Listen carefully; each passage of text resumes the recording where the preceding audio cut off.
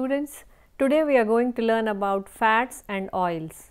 In this topic, we will learn about types, sources, processing, uses, storage, nutritional aspects of all the fats and oils. As you all know, fats consist of a wide group of compounds that are soluble in organic solvents and insoluble in water. They have lower densities than water and at normal room temperature range in consistency from liquids to solids depending on their structure and composition. Chemically, fats are trimesters of glycerol and fatty acids. Although the words oils and fats and lipids are used to refer to fats, oil is usually referred to as a fat which is liquid at room temperature. Fat is usually referred to the one which is solid at normal temperature. Lipids is generally used to refer both liquids as well as solid fats. Cooking oil is a plant, animal or a synthetic fat which is used in frying, baking and other types of cooking. It is also used in food preparation and flavoring not involving heat such as salad dressings, bread dips, etc. Cooking oil is typically a liquid oil at room temperature, although some oils that contain saturated fats such as coconut oil, palm oil and palm kernel oils are solids at room temperature.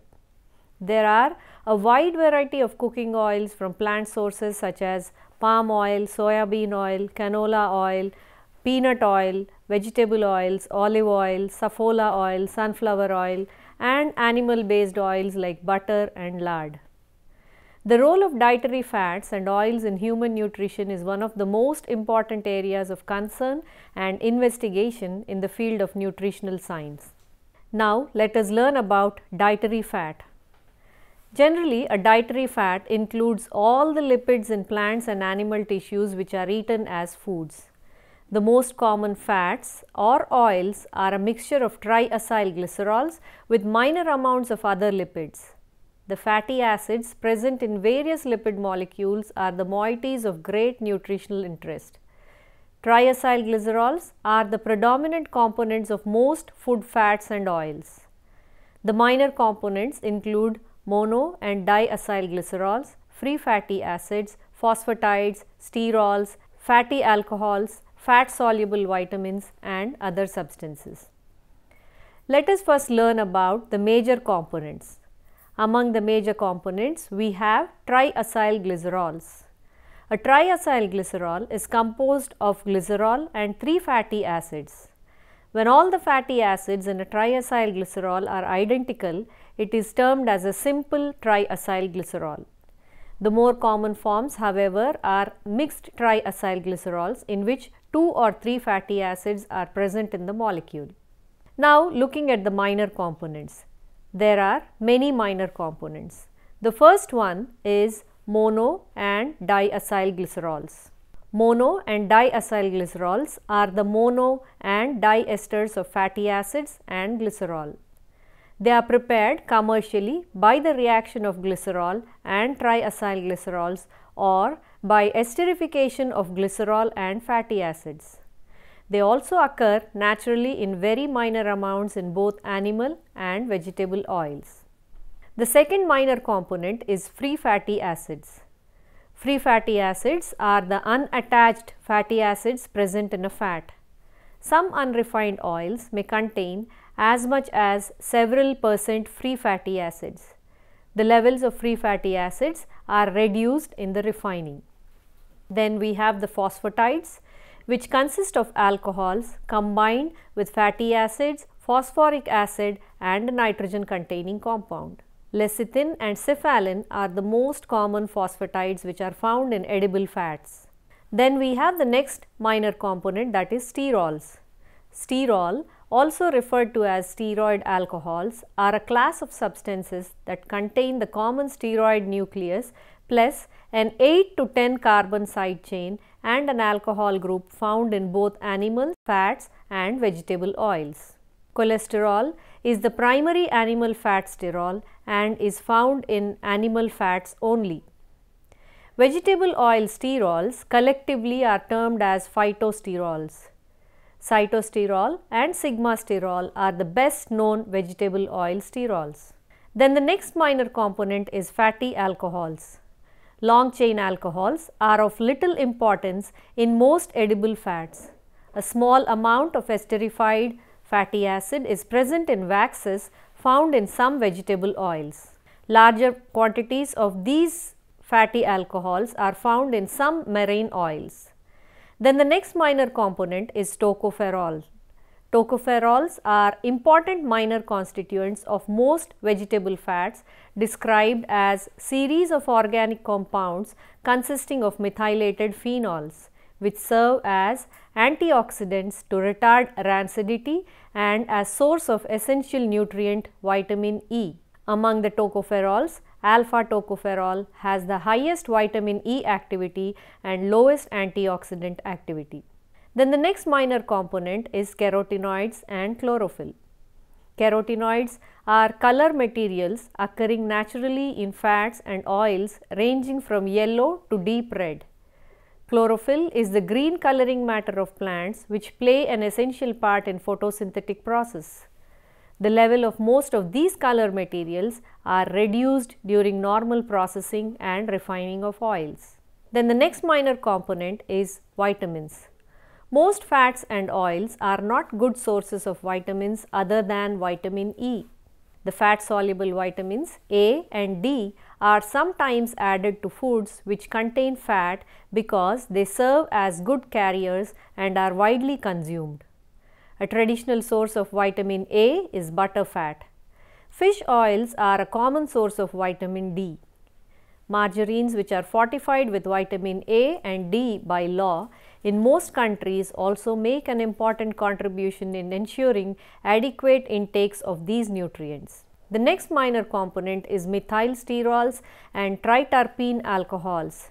Sterols methylated at 4-OH position occur in common vegetable oils at concentration of 0.01 to 0.4%, with rice bran oil and sesame oil having the highest levels. Then the next minor component is squalene.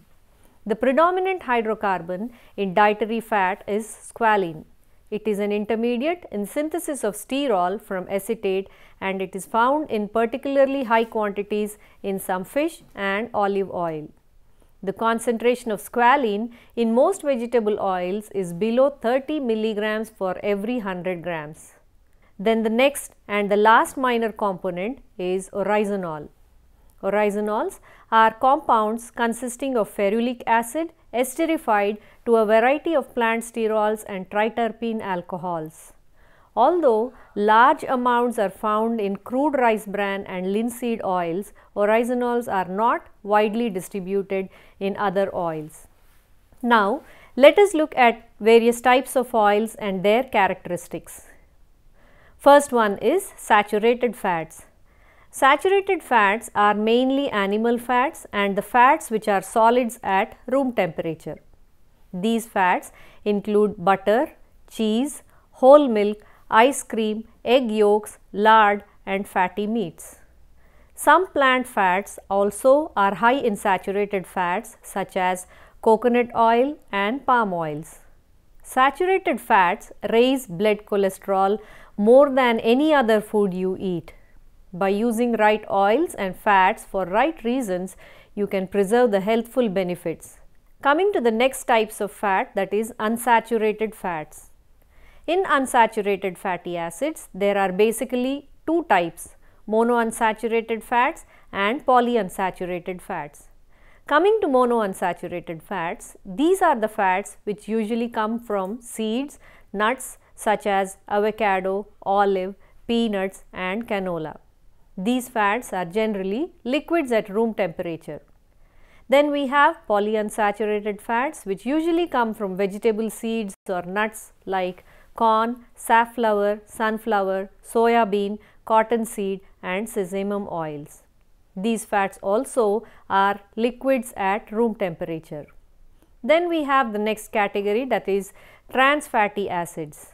These are the hazardous kind of fatty acids which are produced when liquid oil is made into solid fat such as shortening or margarine or during hydrogenation. trans fatty acids act like saturated fats and can raise your cholesterol level. There are several types of plant oils which are distinguished by the method which is used to extract the oil from the plant. The relevant part of the plant may be placed under pressure to extract the oil and give an expressed oil. Although most plants contain oil, only the oil from certain major oil crops complemented by a few dozen minor oil crops is widely used and traded. Generally, vegetable oils are classified in several ways, like the oils by source and oils by use. Coming to the by source oils, most of the vegetable oils are extracted from the fruits or seeds of plants, and the oils may be classified by grouping the oils from similar plants such as nut oils. Then we have oils by use. Oils from plants are used in cooking, for fuel, for cosmetics, for medical applications and industrial purposes also. Now let us look at some of the vegetable oils which are generally grouped in different kinds of classes.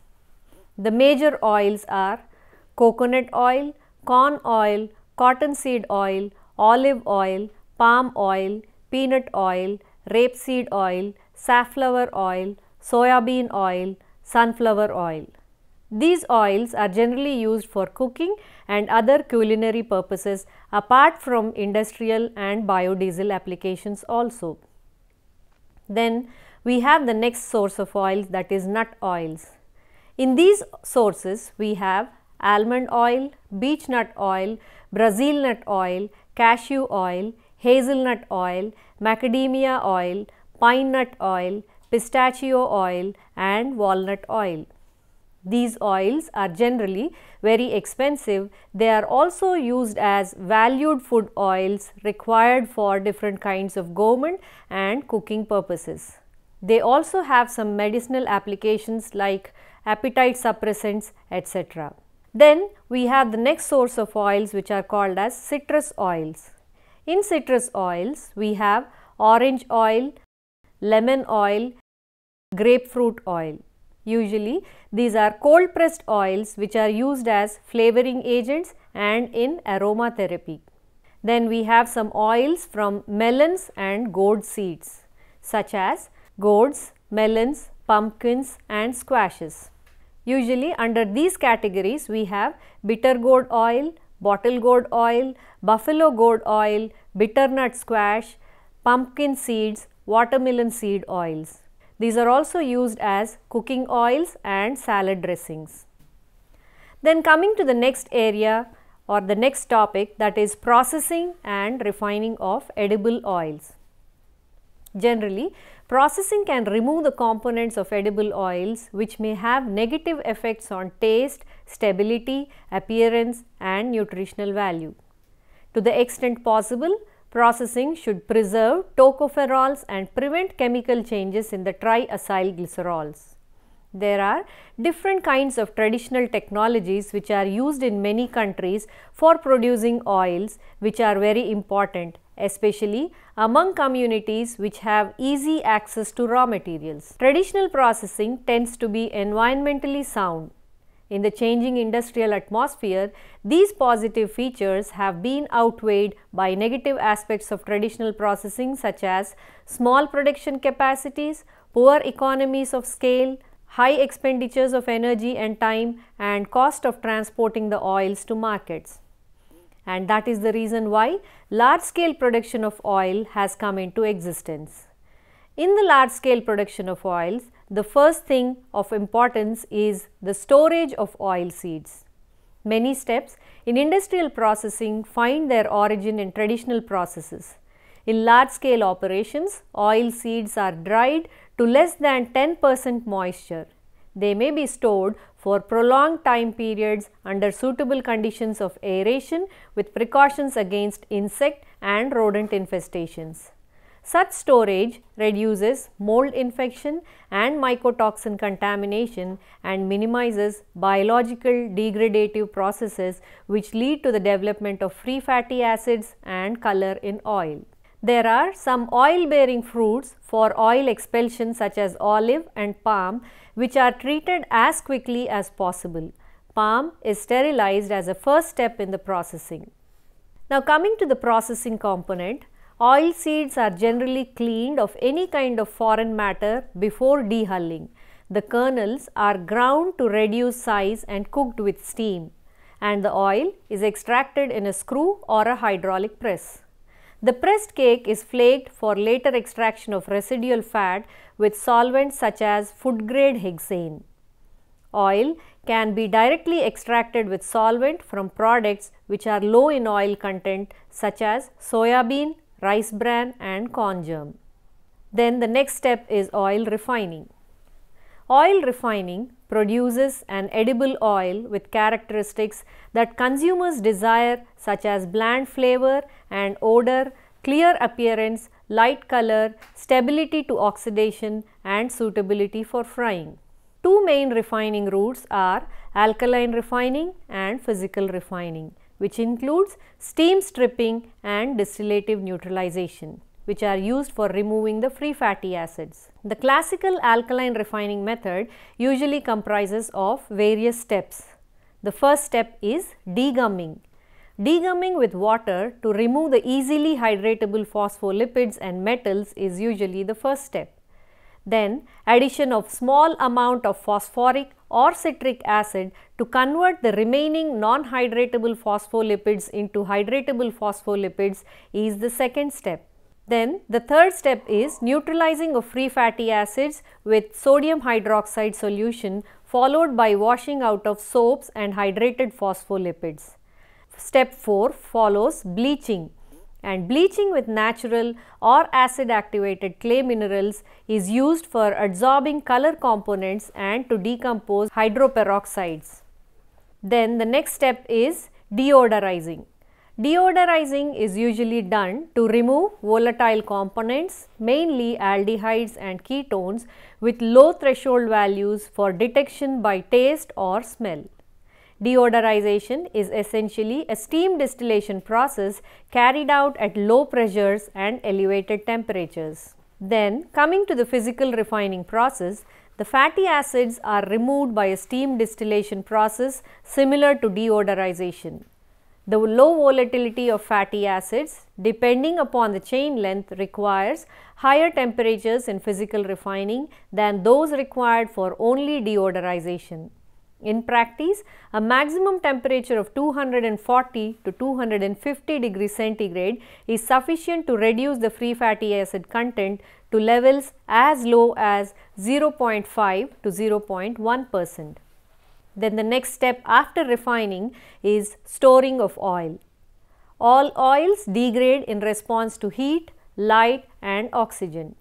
To delay the development of rancidity, a blanket of an inert gas, usually nitrogen, is applied to the vapor space in the storage container immediately after production, and this process is called as tank blanketing. Now coming to the next area, that is uses of fats and oils in foods. Fats are the primary constituents of margarines, butterfat, shortenings and oils for salad and cooking. In addition to visible fat contained in the food, fats and oils are found in high quantities in many bakery goods, infant formulas, dairy products and some kinds of sweets.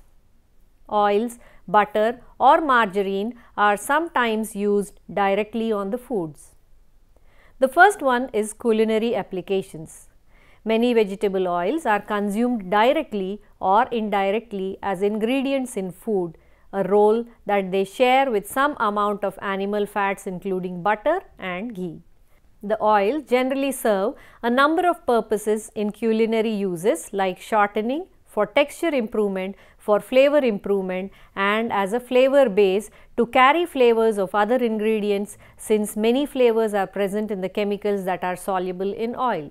Secondly, oils can be heated and used to cook other foods. Oils suitable for this objective must have a high flash point. Tropical oils like coconut oil, palm oil and rice bran oil are particularly valued in Asian cultures for high temperature cooking because of their unusually high flash points. Then the next application is as cooking oils. The major use of cooking oil is in frying, where it functions as a heat transfer medium and contributes to flavor and texture to the foods. One requirement of cooking oil is that it be stable under very abusive conditions of deep fat frying, namely high temperatures and moisture. Frying oils made from sunflower and safflower oil have lower stability because of their high polyunsaturated fatty acids and low alpha tocopherol content. However, high oleic safflower and sunflower oils that have been genetically developed are suitable for frying oils at high temperatures. For optimal use of cooking oils, it is necessary to distinguish between different frying conditions. The most important parameters to be monitored are duration of use and nature of foods to be fried. If food fats enter the frying oil, food components could destabilize the oil and the water content of the material could influence the frying operation. Then the next application is for margarines. Margarine must have some crystalline structure to maintain a semi-solid consistency at refrigerator and room temperatures. Sharp melting at body temperature is needed so that the margarine will melt rapidly in mouth, leaving no waxy feeling at all. The correct consistency of margarine can be obtained by blending soft and hard fats. Then the next application is as shortenings. Shortenings are semi-solid fats that impart a short or tender quality to baked products or baked goods and enhance the aeration of leavening products and promote a desirable grain and flavor. They coat the gluten proteins of the flour, which prevents toughness. In contrast, toughness is desirable in yeast-raised products to give a chewy texture. For products with characteristics between breads and cakes such as donuts, shortening modifies the gluten and adds richness to the product. In baked goods, shortenings are used specifically to leaven, cream and lubricate.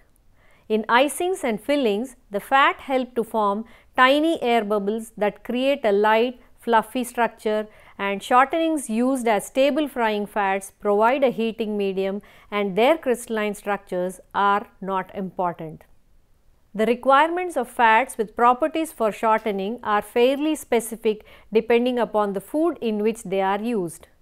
For example, bakery shortening should have a wide plastic range as possible, that is, the melting behavior should remain constant over a specified temperature range, often at 24 to 42 degrees centigrade.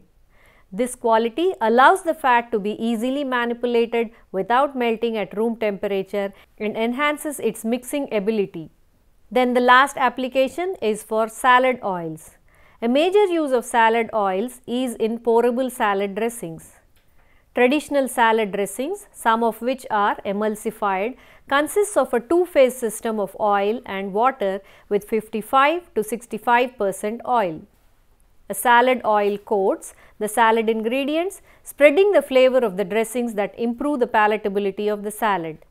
The other major use of salad oils is in mayonnaise and thick salad dressings, which contain 80 and 35 to 50% oil respectively. The oil in mayonnaise is responsible for viscosity, whereas the oils in thick salad dressings help to modify the mouthfeel of the starch paste that thickens the product. Then we have the medium chain triglycerides, which are common dietary fats and lipid fractions such as medium chain triglycerides. These are generally used in specialized therapeutic preparations. Medium chain triglyceride oil is a fraction of coconut oil containing fatty acids of about 8 to 10 carbon atoms in triacylglycerols. Medium chain triglyceride oil is used in formulas for enteral feeding and in diets for patients with malabsorption syndromes. Then we have the hydrogenated oils. Usually, the unsaturated vegetable oils can be transformed into partial or complete hydrogenated oils of higher melting point. The hydrogenation process involves treating the oil at high temperature and pressure with hydrogen in the presence of a catalyst called nickel. An oil may be hydrogenated to increase resistance to rancidity or to change its physical characteristics. As the degree of unsaturation increases, the oil's viscosity and melting point increases. While full hydrogenation produces largely saturated fatty acids, partially hydrogenated fatty acids results in transformation of unsaturated cis fatty acids to trans fatty acids in the oil mixture due to the heat used in hydrogenation. Partially hydrogenated oils and their trans fats have been linked to an increased risk of mortality from coronary heart diseases among other health risks. Lastly, the industrial uses of oils. Vegetable oils are used as an ingredient or component in many manufactured products. Many vegetable oils are used in making soaps, skin products, candles, perfumes, and other personal care and cosmetic products. Some oils are particularly suitable as drying oils and are used in making paints and other wood treatment products. Vegetable oils are increasingly being used in electricity industry as insulators, as vegetable oils are non-toxic to environment, they are biodegradable if spilled and have high flash and fire points. Vegetable oil is being used to produce biodegradable hydraulic fluids and lubricants also. Some vegetable oils like castor oil have been used in medicine and as lubricants for a long time. Castor oil has numerous industrial uses, primarily due to presence of hydroxyl groups on the fatty acid chains.